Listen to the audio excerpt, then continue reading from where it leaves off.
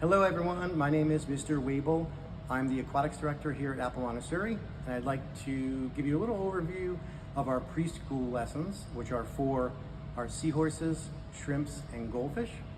Our lessons always start with our students being bubbled. We have a swim flotation device, so in case a student happens to lose their balance, the flotation device will keep them upright. It also helps them to develop their arm circles and their kicking to further develop their swimming skills. Our lessons always start with a song. Each camp has their own song. It might be the Swimmers in the Pool, for example, which is based off of the Wheels on the Bus. Our campers will go over several skills throughout the lesson.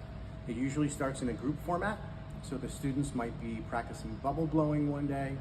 They'll practice kicking on their backs and on their bellies from the stairs. They'll also practice what we call Tigger bounces, which allows them to start to control their breathing. And our students also will practice later in the year back floating and then starting to swim on their own. Now I'd like to introduce to you some basic overview of our older student lessons. That would be our sharks, barracudas, whales, guppies, and eels, depending on your location. Each week, our campers, our guards, go over a swim assessment where we are able to group our students by ability level.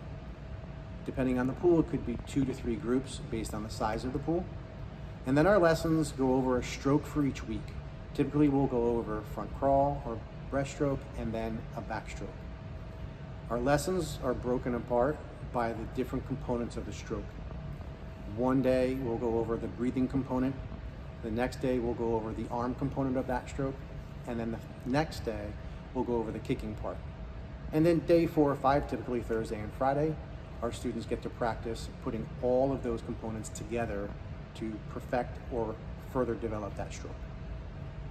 Earlier, we talked about some swim lessons and some of the tools we use at the pool.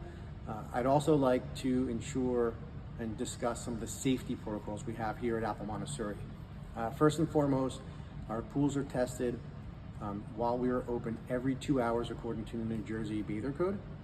In addition, we have an independent facility come and test our pools weekly, and they test for 2 very common waterborne illnesses that might occur in pools. In addition to that, our guards practice life-saving drills weekly.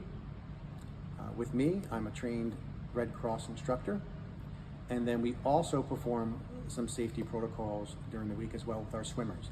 Every free swim period, we have what we call a buddy check.